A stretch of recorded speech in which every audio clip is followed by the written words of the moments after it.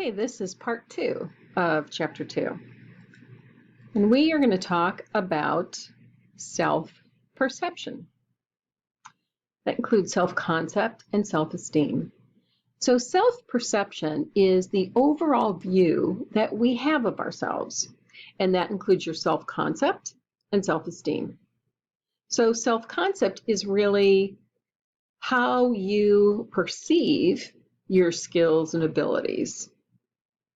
Self-esteem is your personal worthiness based on your self-concept. That's self-perception. Okay, self-concept. So your personal experiences really have an impact. If you have a positive first experience with an activity, then it tends to reinforce a feeling of competence.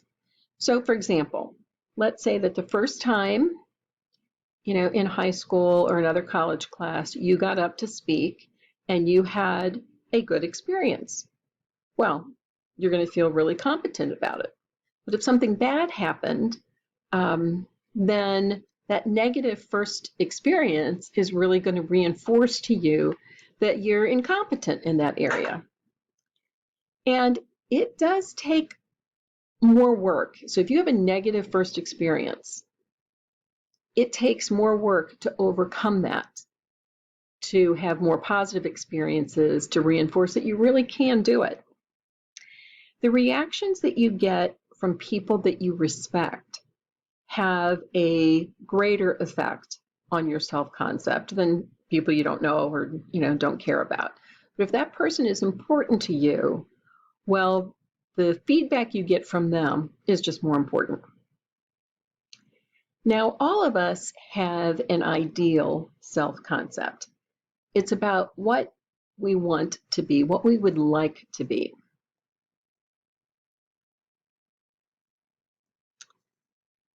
So our positive or negative evaluation of our competencies and traits relates to self-concept. And it's about the importance we place on what we do well or what we do poorly. So self-concept is information that we know about ourselves. It's about what we're good at and maybe things that we're not so good at. But self-concept doesn't affect our feelings. It's just information.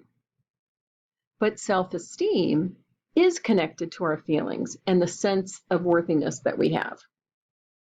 So these concepts are closely related, but it depends on the person as to the effect that self-concept information has on self-esteem. And they change with time. For example, although it's been a long time, when I was in high school, I knew I wasn't good at sports. I wasn't nearly as good as some of my classmates. So that was my self-concept. And at times, it made me feel bad. That was my self-esteem. I would be awkward and didn't want to play on the softball team because I couldn't catch, I couldn't hit. And it made me feel bad, and those feelings were my self-esteem. But today, I know I'm not a great athlete. That hasn't changed. That's my self-concept. I know that. That's information. But I don't care about that anymore. And it doesn't have an impact on my sense of worth. It doesn't have an impact on my self-esteem. So it does, your self-esteem can absolutely change with time. Cultural norms can play a critical role in shaping self-concept and self-esteem. For more information on that, take a look at page 33 in our textbook. And a lot of factors can influence whether our self-concept and our self-esteem is accurate or distorted. So, incongruence is a gap between self-perception and reality. And that can be caused by self-fulfilling prophecies, which are usually negative in nature, filtering messages, and media images. When everybody you see on television, the women are all just gorgeous, wonderful hair and wonderful makeup and really thin and dressed wonderfully. And the guys are all tanned and they've got six-pack abs. Normal people don't look like that. And those media images can really impact your self-concept and your self-esteem.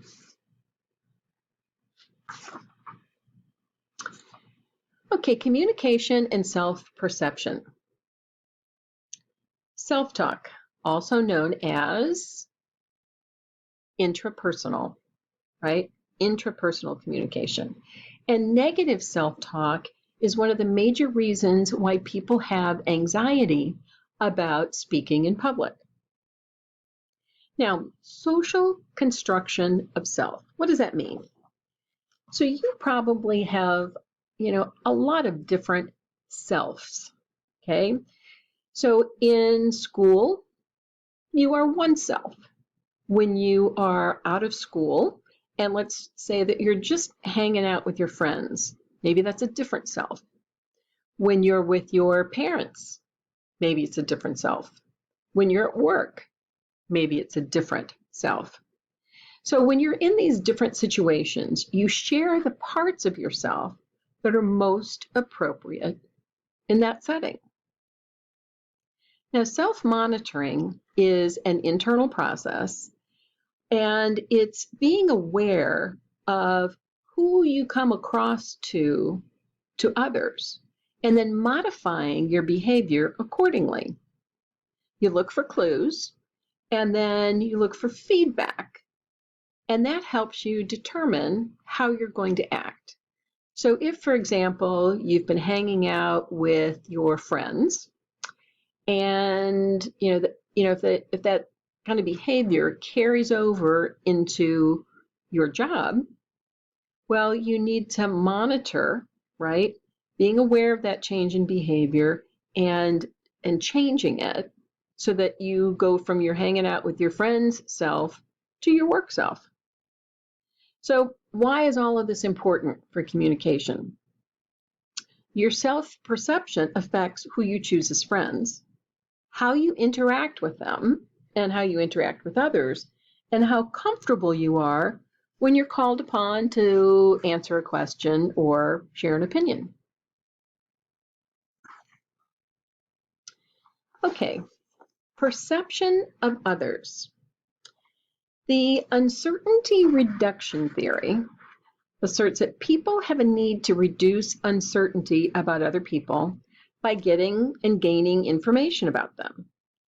And then you get this information, and then that can be used to predict other people's behavior.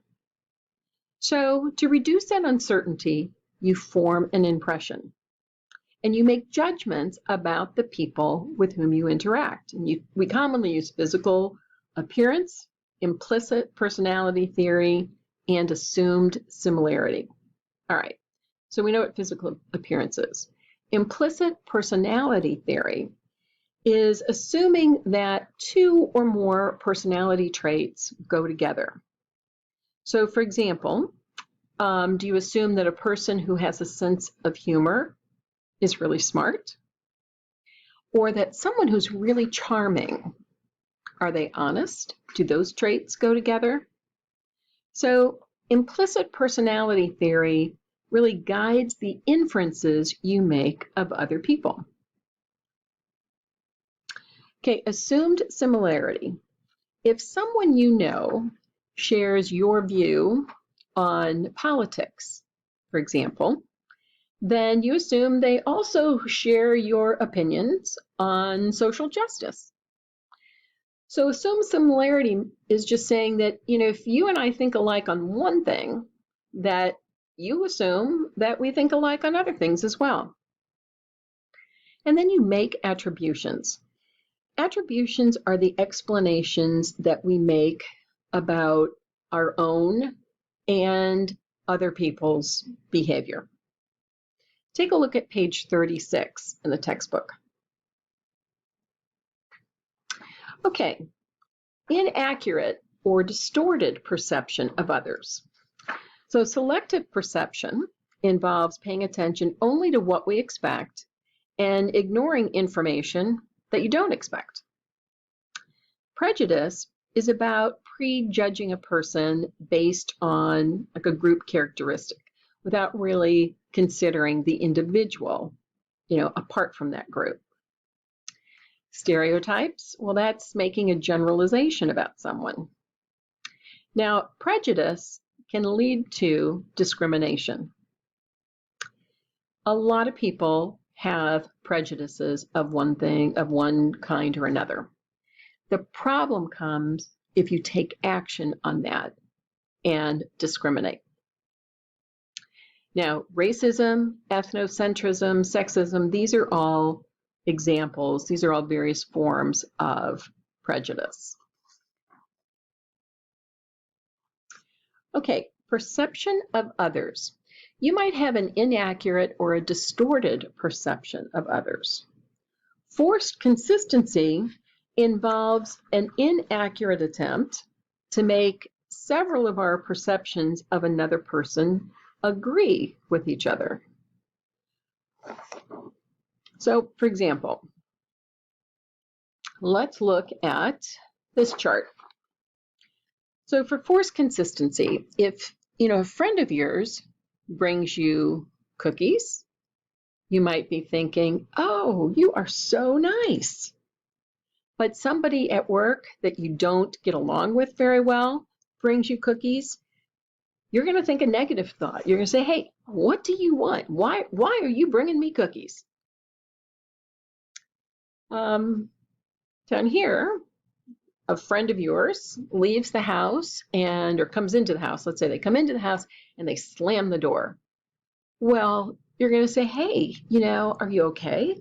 What's wrong? Because you know that behavior, isn't consistent with what you think of them. And then if a coworker that you're not very fond of slams the door, you're going to think, what a jerk. So the behavior is the same, right? People slamming doors. But you're trying to force some consistency on what you know about them and their past behavior to the current behavior. That's what we mean by forced consistency. Okay, and that brings us to the end of part 2. We will continue chapter 2 with video part 3.